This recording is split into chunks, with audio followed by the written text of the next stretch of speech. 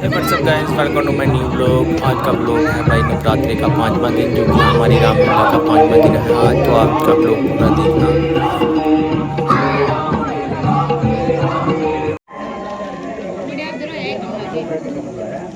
कुशलता की खबर लाया है। हाँ, जाने तो खैरियत है। मगर चाचा आपको जल्दी बुलाया है। कोई जाए और उस दूत को बुलाकर लाए।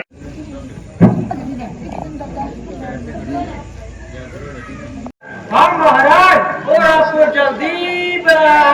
माता जी तो प्रसन्न है। हाँ महाराज, और आपको जल्दी बुलाया।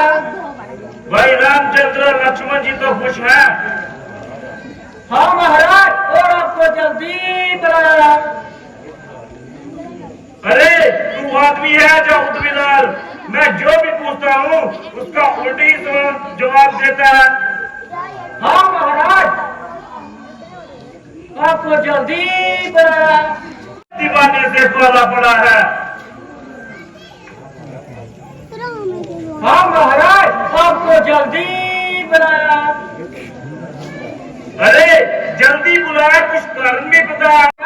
मैं भी तो यही कहता हूँ, और आपको जल्दी बुलाया। मैं भी तो यही कहता हूँ, और आपको जल्दी बुलाया। चलिए महाराज। प्रत्येक गुजरने वाले को बड़ी देर से रास्ता मिलता था।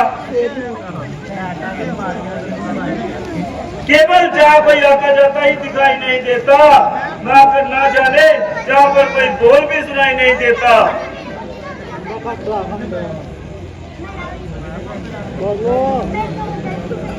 माता जी सब प्रकार से ठीक है, लेकिन पिताजी के कुछ दर्शन नहीं हुए।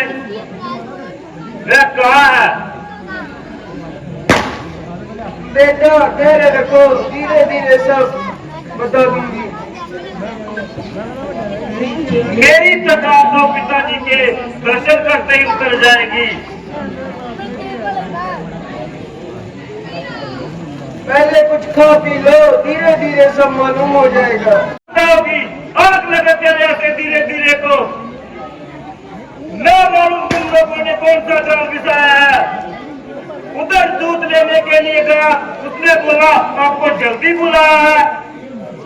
इसके सिवा एक भी शब्द मुख से ना निकाला।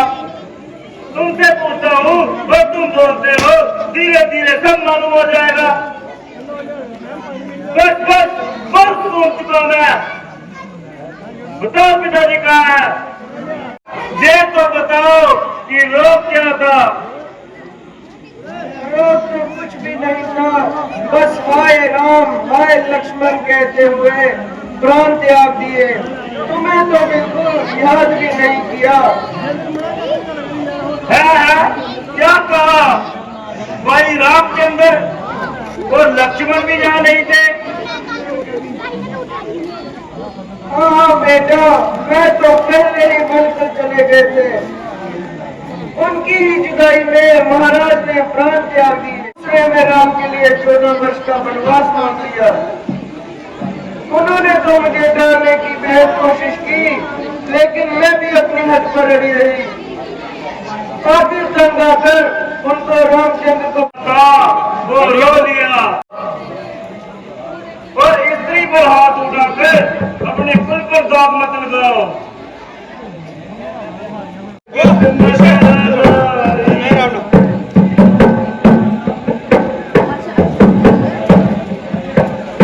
छोड़ कर हमको किसके सहारे, पिताजी सबर कर सितारे।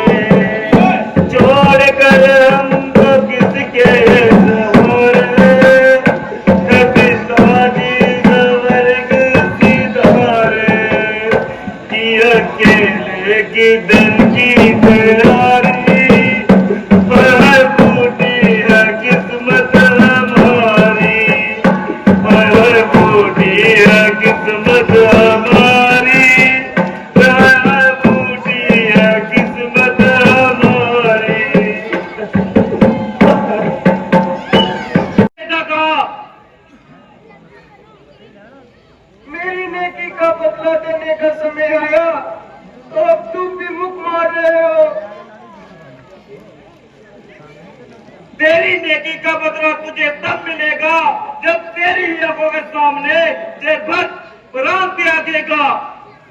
रामचंद्र और लक्ष्मण को जंगलों की खाक सुनवाई, सीता जैसी सत्यवती भाभी को करेंगे, अपने परिवार का पालन पोषण कैसे करेंगे?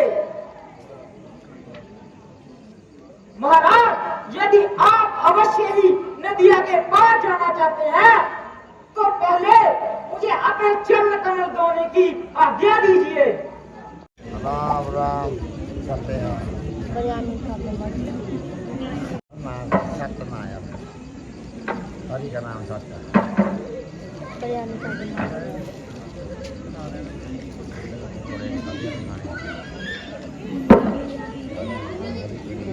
साथी चलिए।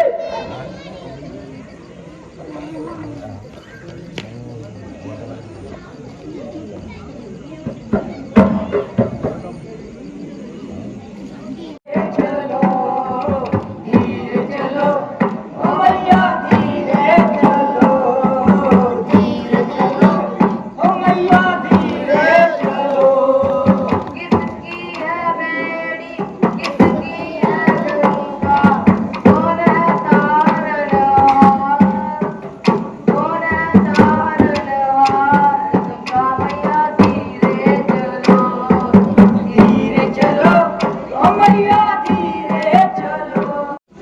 महाराज, गंगा की लहरों की वजह से मुझे पीछे मुड़ जाना पड़ता है।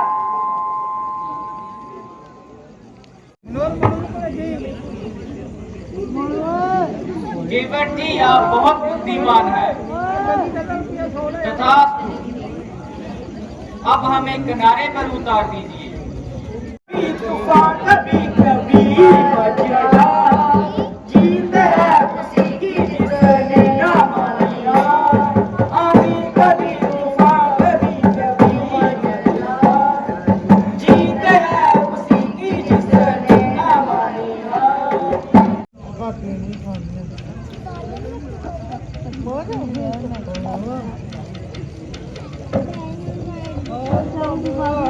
मैं समझा नहीं।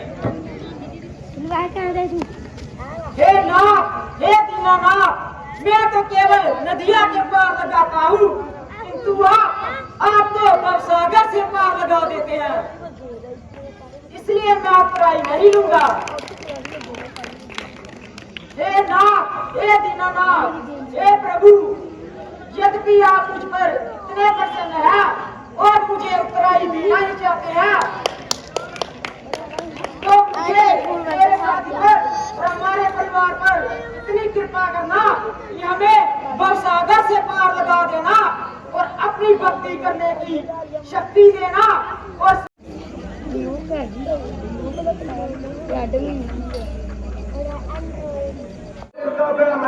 उधर दक्षिण बना रहा है, इधर आपका ये हाल है। वह किसी बुरे इरादे से नहीं आया होगा, मेरा तो यही ख्याल है। मगर लक्ष्मण, मौत से पहले का बेला ठीक नहीं। आपकी ये अगर मगर कुछ न कुछ मुल्की लाएगी और न जाने किन किन कष्टों का सामना करवाएगी। आपकी सी नरमी ने इस हाथ तक पहुंचा दिया, गद से बेघर करके जंगलों की खाक सुनवाई, परंतु उस पापी को हमारी ये जिंदगी भी रास न आई। अब हमारा वैसे ही सफाया करना चाहता है। कोई बात तो सुनाने दो। बस भैया, बहुत सब्र कर लिया, आखिर कब तक कैसे चुप बैठे रहेंगे। वह देखो, भरत तो बेचारा अकेला ही भागता हुआ आ रहा है। भैया बताओ,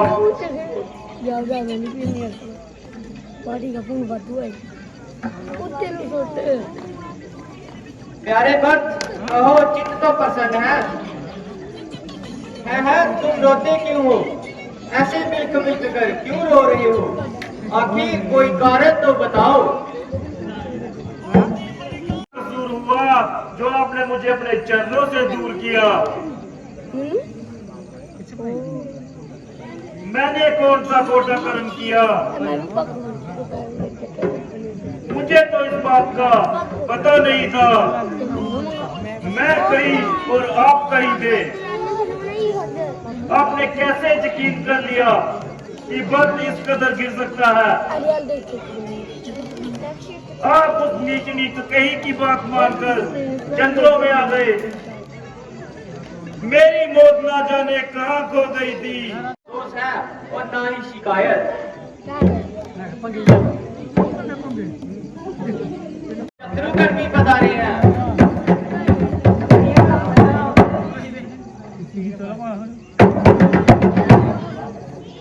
जी, आपने इस जंगल में आने का कष्ट क्यों किया?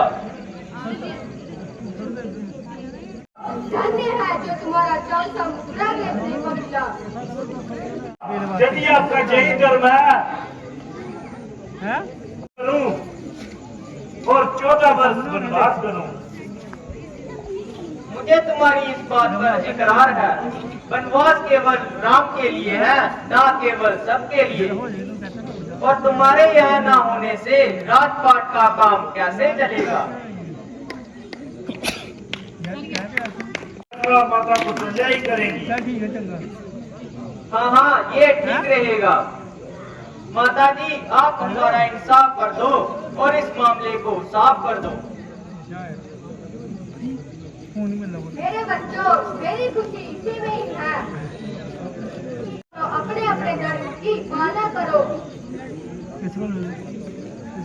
बस ये फैसला बिल्कुल ठीक है। माता जी का हुक्म कबूल है। भैया, आपकी जेहट फिजूल है। भाई, ये तुम्हारी भूल है, बल्कि माता जी का फैसला मेरे अनुकूल है, क्योंकि पिताजी की आज्ञा का पालन करना धर्म का पहला असूल है। क्या करूं? वक्त को हर तरफ से मजबूर किया जा रहा है और जबरदस्ती अपने भाई के चरणों से दूर किया जा रहा है। बहुत अच्छा भैया, अपनी इतनी कृपा कीजिए कि अपनी कड़ाह मुझे दीजिए। मैं इन्हें अपने साथ ले जाऊंगा और इससे ही अयोध्या के तख्त को सजाऊंगा। इकरार करता हूँ कि 14 वर्ष समाप्त होते ही मैं तत्काल आऊंगा और एक पल की भी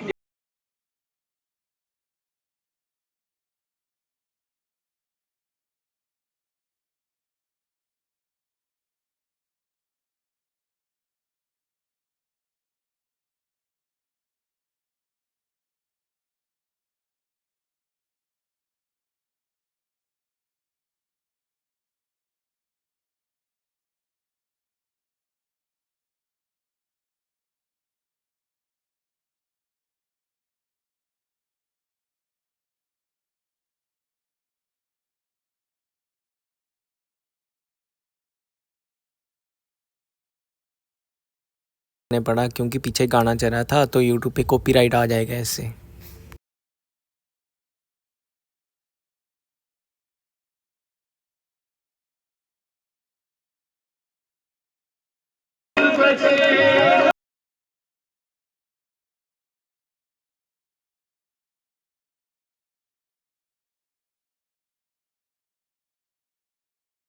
कोई डर नहीं। अगर वह बदमाशी करेंगे, हमारे पास क्या शस्त्र नहीं, बल्कि उनके लिए तो मेरा एक ही तीर काफी है, बल्कि लक्ष्मण वीर काफी है।